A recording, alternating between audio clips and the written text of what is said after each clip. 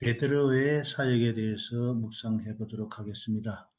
12장까지 베드로가 등장하고 13장부터는 이제 사도 바울의 얘기로 전환되겠습니다. 베드로가 루다와 롯바에서 우리 에네아를 고치고 또 다비다를 살리신 후에 피장 시몬의 집에 유하고 있을 때에 고넬료의 초청으로 가이사랴에 와서 말씀을 전하게 됩니다. 10장 1절 2절의 말씀입니다. 가이사랴에 고넬료라는 사람이 있으니 이탈리아 되라 하는 군대의 백부장이라 그가 경건하여 온 집으로 더불어 하나님을 경외하며 백성을 많이 구제하고 하나님께 항상 기도하더니 했습니다. 가이사랴가 어떤 곳인지 잠깐 살펴보도록 하겠습니다. 가이사랴는 헤롯이 건설한 도시라고 했습니다. 가이사 아구도스의 이름을 따서 가이사랴라고 불렀다고 합니다. 로마의 총독부와 군대가 주둔한 곳이고요. 특별히 가이사랴는 항구 도시라서 백길이 있어 로마로 왕래하기가 편리한 도시라고 하였습니다. 이스라엘 사람들이 총독부가 예루살렘에 들어오는 것을 싫어해서 가이사랴에 총독부를 두었다고 했고요. 빌립에 의해서 복음이 이곳에 전하여졌고 또 사도 바울도 여러 번 방문하여 복음을 전했다고 했습니다. 특별히 바울이 가이사랴 감옥 2년 동안 머물 때 베릭스, 베도스, 헤롯 아그리파 2세에게 복음을 전한 그런 곳이기도 합니다. 이곳에 고넬료가 백부장으로 파송되었습니다. 이 고넬료는 이탈리아 부대이며 총독을 호위하는 부대의 백부장이었고 그는 또 부자였고 귀족의 가문에서 출생을 하였다고 합니다. 이방인의 가정에서 태어났지만 유대인들과 접촉으로 인해서 하나님을 예배하게 되었습니다. 하지만 예언들을 믿고 메시아를 바라고 있었으나 그리스도의 생애와 죽음 가운데 나타난 복음은 이해하지 못했다고 했습니다. 그는 선행으로 인해 널리 알려졌고 의로운 생애로 유대인들과 이방인들에게 좋은 평판을 받고 있었다고 했습니다. 사도 행적에 의하면 고넬료는 경건하여 온 집으로 더불어 하나님을 경외하며 백성을 많이 구제하고 항상 기도하는 사람이라고 소개하고 있습니다. 그는 유대교의 교인이 아니었으므로 부정한 이방인 취급을 받았습니다. 로마 종교를 버리고 식민지 종교를 가진다는 것은 결코 쉬운 일이 아니었지만 그는 참으로 경건한 사람이었습니다. 3절에서 5절의 말씀입니다. 하루는 제9시쯤 되어 환상 중에 밝히 봄에 하나님의 사자가 들어와 가로되 고넬료야 하니 고넬료가 주목하여 보고 두려워 가로되 주여 무슨 일이니까 천사가 가로되 내 기도와 구제가 하나님 앞에 상달하여 기억하신 바 되었으니 내가 지금 사람을 요파에 보내어 베드로라 하는 시몬을 청하라. 천사가 고넬료를 방문하여 요파에 있는 베드로를 청하라는 환상을 보게 됩니다. 천사가 내 기도와 구제가 하나님 앞에 상달하여 기억한 바 되었으니 사람을 요바에 있는 피몬 시장의 집으로 보내라는 말을 전하고 떠났습니다. 고넬료가 경건한 종 한 사람을 불러 이 일을 고하고 요바로 보냅니다. 9절에서 16절의 말씀입니다. 우리에게 잘 알려진 말씀입니다. 제가 봉독하겠습니다. 이튿날 저희가 행하여 성에 가까이 갔을 때에 베드로가 기도하려고 지붕에 올라가니 시간은 제6시더라. 시장하여 먹고자 하며 사람이 준비할 때에 비몽사몽간에 하늘이 열리며 한 그릇이 내려오는 것을 보니 큰 보자기 같고 네 귀를 메어 땅에 들이웠더라.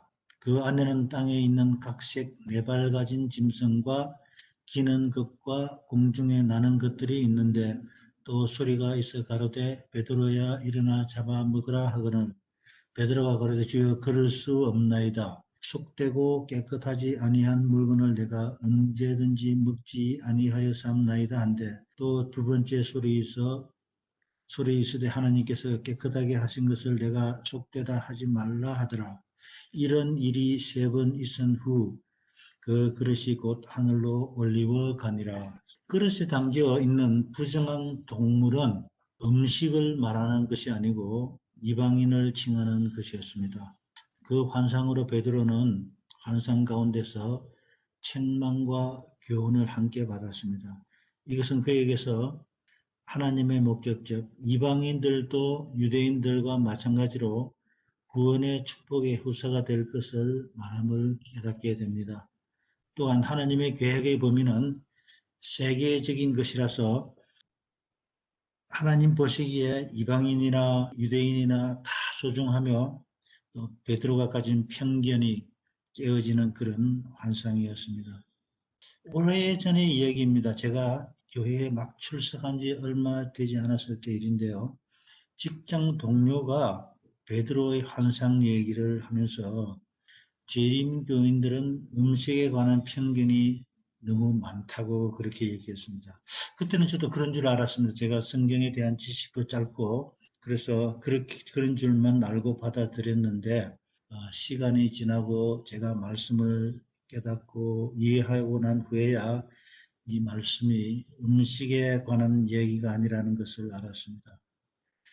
그 이후로 우리는 말씀에 더 밝은 지식을 가져야 되겠다. 빌립이 내시에게 이사야의 말씀을 풀어준 것 같이 우리도 말씀을 더 밝히 알아서 그럴 때에 잘 설명할 수 있어야 되겠다는 생각을 하게 되었습니다. 천사는 고넬료와 얘기를 나눈 후 곧바로 욥바에 있는 베드로에게로 건너갔습니다. 베드로가 환상 속에서 본 것이 무슨 의미인지 알고자 생각할 때에 고넬료로부터 온 두 사람이 베드로를 찾습니다. 성령께서 저희를 보냈다고 말씀하셨습니다. 베드로가 찾아온 경위를 묻자 백부장 고넬료가 베드로를 청하여 말씀을 듣고자 함이라고 했습니다. 베드로가 고넬료를 방문하여 고넬료 집에 일가 친척이 모인 가운데 말씀을 전하게 되었습니다. 28절의 말씀입니다. 이르되 유대인으로서 이방인을 교제하는 것과 가까이 하는 것이 위법인 줄을 너희도 알거니와 하나님께서 내게 지시하사 아무도 속되다 하거나 깨끗하지 않다 하지 말라 하시기로 부름을 사양치 아니하고 왔노라. 묻노니 무슨 일로 나를 불렀느냐. 유대인들이 이방인들과 교제하는 것은 불법이었습니다. 하지만 베드로는 환상 속의 천사의 지시로 가이사랴에 왔지만 그런 이유를 묻습니다. 고넬료가 기도 중에 천사의 지시로 베드로를 청하라는 명령에 따라 초청하게 되었음을 설명했습니다. 34절부터 43절까지 베드로의 6번째의 설교가 시작이 됩니다. 제가 대표적인 몇 절만 봉독하도록 하겠습니다. 베드로가 입을 열어 가로되 내가 참으로 하나님은 사람의 외모를 취하지 아니하시고 각 나라 중 하나님을 경외하며 의를 행하는 사람은 하나님이 받으시는 줄 깨달았도다. 39절입니다. 우리는 유대인의 땅과 예루살렘에서 그의 행하신 모든 일의 증인이라. 그를 저희가 나무에 달아 죽였으나 하나님이 사흘 만에 다시 살리사 나타내시되 모든 백성에게 하신 것이 아니요 오직 미리 택하신 증인 곧 죽은 자 가운데서 일어나신 후 모시고 음식을 먹은 우리에게 하신 것이라. 우리를 명하사 백성에게 전도하되 하나님이 산 자와 죽은 자의 재판장으로 정하신 자 곧 이 사람인 것을 증거하게 하시고 저에게 대하여 모든 선지자도 증거하되 주를 믿는 사람들이 다 그 이름을 힘입어 제사함을 받는다 하였느니라. 하나님은 사람을 외모로 취하지 않으시고 누구든지 하나님을 경외하고 의를 행하는 사람들은 받으신다고 설교하고 있습니다. 그리고 그리스도는 그분의 생애에서 이적당하시고 배반당하심과 또 십자가에 못 박히심과 부활과 성천을 설교하시고 그는 인간의 대언자라서 하늘에서 행하시는 그분의 사업에 대해서 설교하고 있었습니다. 그런데 갑자기 성령이 강림으로 베드로 설교는 중단이 되었습니다. 44절에서 48절의 말씀을 제가 봉독하겠습니다. 베드로가 이 말할 때에 성령이 말씀 듣는 모든 사람에게 내려오니 베드로와 함께 온 할례 받은 신자들이 이방인들에게도 성령 부어주심을 인하여 놀라니 이는 방언을 말하며 하나님을 높임을 들음이르라. 이에 베드로가 가로되 이 사람들이 우리와 같이 성령을 받았으니 누가 능히 물로 침례줌을 금하리요 하고 명하여 예수 그리스도의 이름으로 침례를 주라 하니라. 이 사건은 참으로 중요한 사건입니다. 성령 강림으로 말미암아 외국인이었던 이들의 가족들에게도 성도들과 같은 시민이요 하늘의 권속이 되었습니다. 고넬료와 그의 가족들이 거두어야 할 첫 수학의 열매였습니다. 고넬료 집에서 성령이 임할 때 방언이 있었습니다. 가족들이 모인 자리에 그들은 같은 언어를 사용했기 때문에 전혀 방언이 있을 필요가 없었는데, 그렇지만 그 자리에 방언이 임한 것은 고넬료 집에서 성령 강림이 오순절의 성령 강림과 동일한 성령 강림이라는 것을 나타내기 위해서, 그래서 거기에 방언의 역사가 있었다고 서술하고 있습니다. 우리가 사는 이 세상에는 우리가 생각하는 것보다 하나님 나라에 더욱 가까운 사람들이 많이 있다고 했습니다. 이 어두운 세상 죄악 가운데서도 주님께서는 당신의 사자들을 그들에게 보내실 많은 귀중한 보석과 같은 사람들을 가지고 계시다고 했습니다. 그 사람들이 바로 여러분과 저라는 것이라는 것입니다. 우리 1, 2, 3 묵상을 해보도록 하겠습니다. 1번 1. 인간 홀로의 상태. 하늘이 열리며 한 그릇이 내려오는 것을 보니 큰 보자기 같고 네 길을 메어 땅에 들이웠더라. 그 안에는 땅에 있는 각색 4발 가진 짐승과 기는 것과 공중에 나는 것들이 있는데 베드로가 본 바 환상이 무슨 뜻인지 속으로 의심하더니. 2번 오직 예수입니다. 28절 이르되 유대인과 이방인을 교제하는 것과 가까이 하는 것이 위법인 줄을 너희도 알거니와 하나님께서 내게 지시하사 아무도 속되다 하거나 깨끗지 않다 하지 말라 하시기로. 3번 하나님의 약속에 참여한 자입니다. 베드로가 이 말할 때에 성령이 말씀 듣는 모든 사람에게 내려오시니 베드로와 함께 온 할례 받은 신자들이 이방인들에게도 성령 부어주심을 인하여 놀라니 이는 방언을 말하며 하나님 높임을 들음이르라. 이에 베드로가 가로되 이 사람들이 우리와 같이 성령을 받았으니 누가 능히 물로 침례줌을 금하리요 하고 명하여 예수 그리스도의 이름으로 침례를 주라 하니라. 다음은 11장의 말씀을 묵상해 보도록 하겠습니다. 1절에서 3절의 말씀을 봉독하겠습니다. 유대에 있는 사도들과 형제들이 이방인들도 하나님 말씀을 받았다 함을 들었더니 베드로가 예루살렘에 올라갔을 때 할례자들이 힐단하여 가로되 내가 무할례자의 집에 들어가 함께 먹었다 하니, 유대에 있는 사도들이 이방인들도 하나님의 말씀을 받았다 함을 듣고 베드로를 비난하자 베드로가 요파에서 본 환상과 고넬료 집의 성령 강림과 침례줌을 설명합니다. 14절에서 15절, 17절, 18절 말씀을 제가 봉독하겠습니다. 그가 너와 내 집에 구원 얻을 말씀을 내게 이르라 함을 보았다 하거늘 내가 말을 시작할 때에 성령이 저희에게 임하시기를 처음 우리에게 하신 것과 같은지라 했습니다. 17절 그런즉 하나님이 우리가 주 예수 그리스도를 믿을 때에 주신 것과 같은 선물을 저희에게도 주셨으니 내가 누구건대 하나님을 능히 맡겠느냐 하더라. 저희가 이 말을 듣고 잠잠하여 하나님께 영광을 돌려 가로되 그러면 하나님께서 이방인에게도 생명 얻는 해결을 주셨도다 하니라. 베드로가 말씀을 전하는 중에 성령이 임하게 됩니다. 예루살렘에 강림하셨던 같은 성령이 고넬료의 집에도 임하게 되었습니다. 유대인에게 내렸던 성령이 이제는 이방인의 가정에도 임했던 것입니다. 이 말은 이방인도 유대인과 같이 구원이 이르렀다는 것입니다. 그러자 유대의 사도들과 형제들이 하나님께 이방인에게도 생명 없는 회개를 주시다는 것을 인정하게 됩니다. 이 고넬료의 집에 성령 강림은 이방인에게 그들에게도 구원이 내려졌고 그들도 우리와 똑같은 귀중한 영혼이라는 것입니다.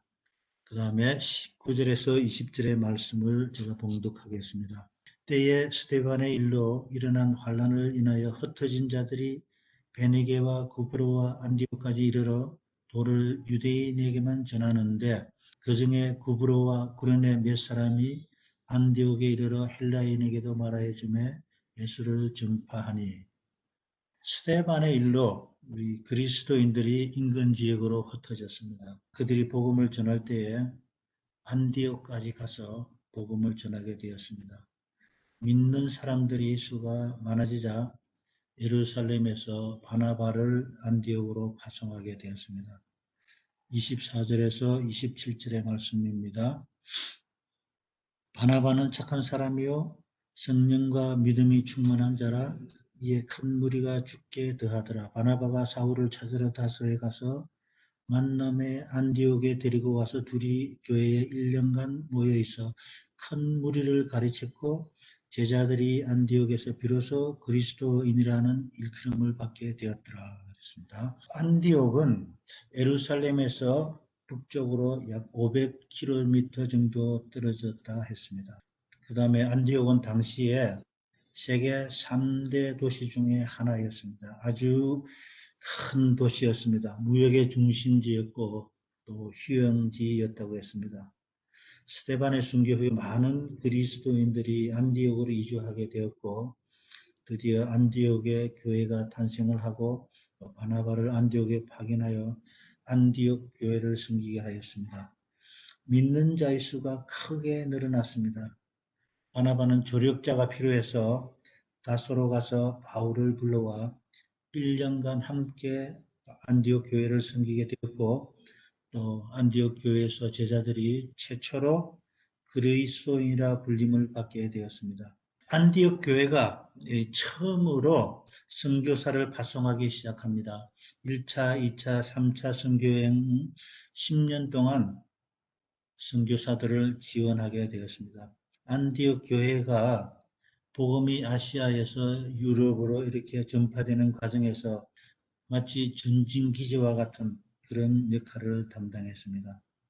또 여기서 바나바는 사도 바울을 복음 사업에 동참할 수 있도록 도움을 많이 주었습니다. 바울이 다메섹 도상에서 예수님을 만나고 회심하였을 때 예루살렘으로 동행해서 바울의 회심을 설명해 주므로 동력자의 길을 같이 걷게 되었고 또 바울이 다소에서 6년간이라는 긴 시간 동안 기다리고 있었을 때에 그를 불러준 사람도 바나바였습니다. 성경에는 바나바에 대한 소개가 많지 않습니다. 반면 바울은 크게 또 소개되고 큰 역할을 하게 됩니다. 바울은 학식이 많은 사람이고 또 겸손한 사람이었습니다. 바나바가 바울을 안디옥으로 데려오면 그의 사역이 바울에게 가려질 수도 있었습니다. 그렇지만 교회가 잘 된다면 그런 것들은 아무런 문제가 되지 않는다고 생각한 충실한 종이 바나바였습니다. 오늘날 우리도 바나바에게서 많은 교훈을 받을 필요가 있겠습니다. 1, 2, 3 묵상입니다. 1번 인간 홀로의 상태.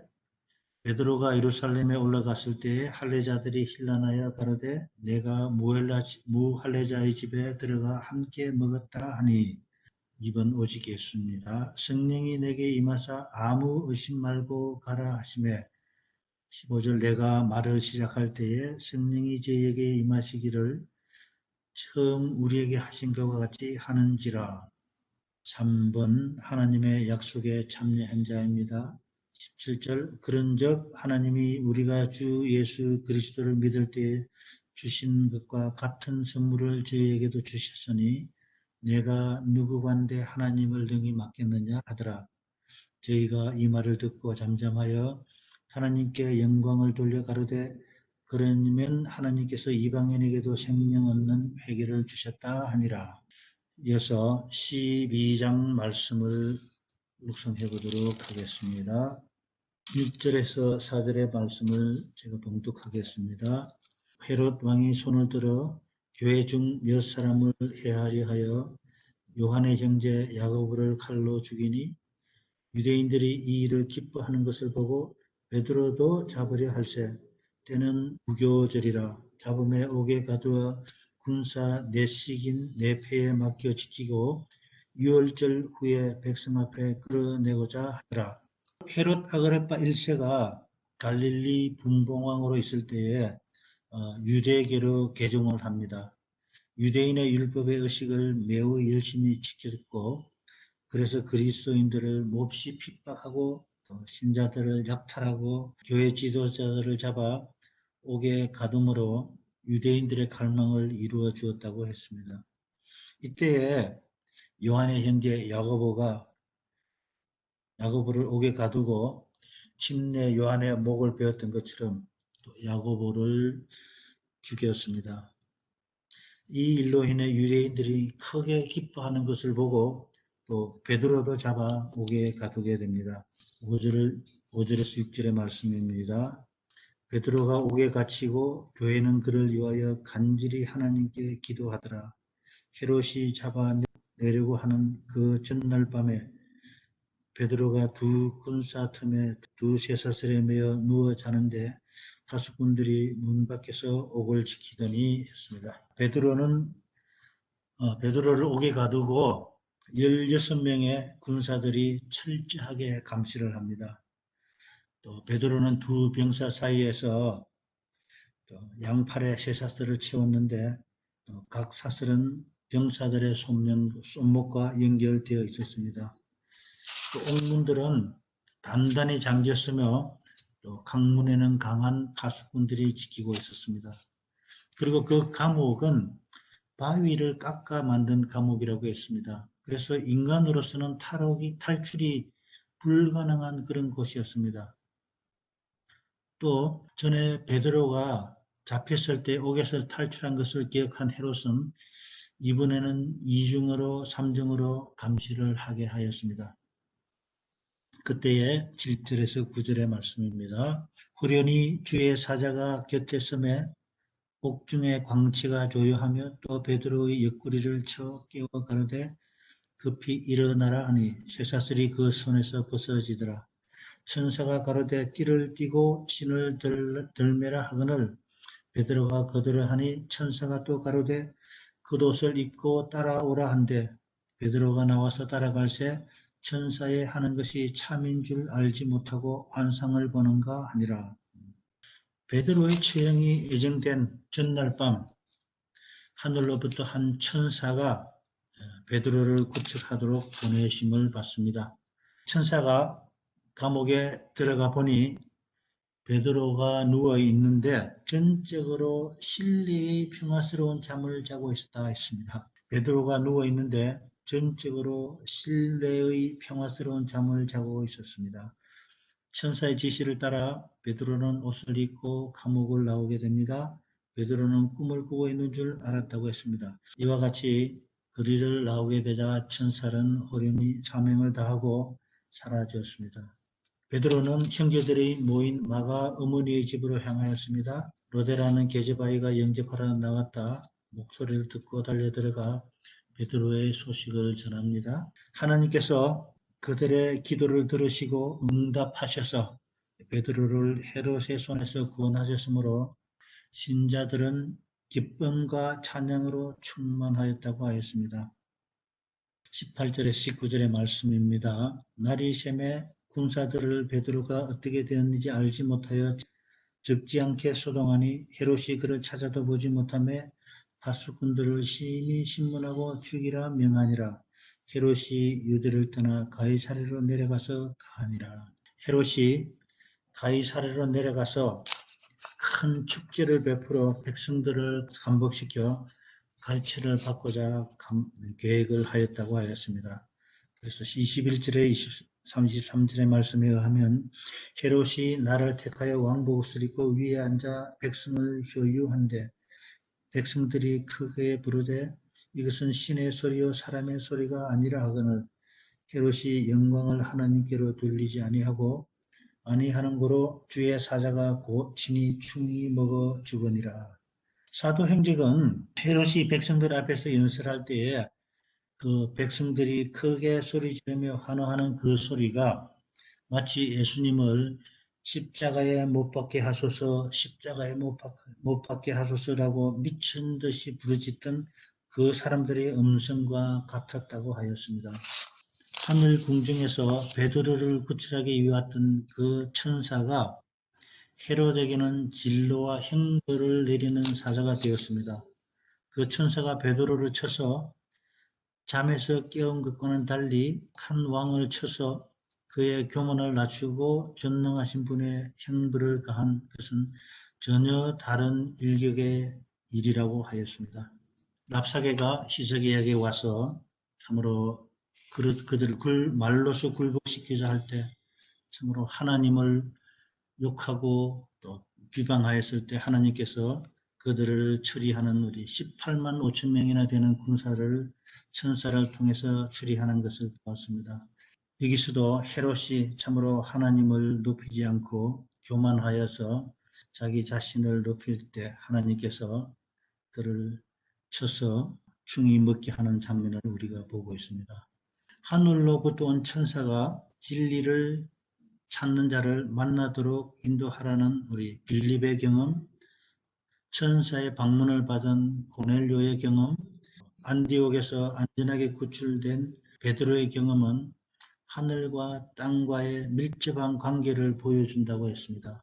그 말은 하나님의 일을 하는 일꾼들을 하나님이 천사를 통해서 보호하고 인도하신다는 것입니다. 사도시대와 마찬가지로 오늘날도 하나님의 사자들은 슬퍼하는 자를 위로하고 또 회개하는 사람들을 보호하고 사람들의 심령을 그리스도께로 인도하기 위해 온 세상에 다니고 있다고 했습니다. 그들을 직접 우리가 볼 수는 없지만 그들은 우리와 함께하며 우리를 인도하며 지시하고 보호하신다고 했습니다. 오늘도 우리와 동행하는 우리를 보호하는 천사들을 생각하며 우리가 신령과 진정으로 하나님을 섬기고 하나님의 말씀을 전하는 여러분과 제가 되시기를 희망합니다. 1, 2, 3 묵상을 해보겠습니다. 1번 인간 홀로의 상태.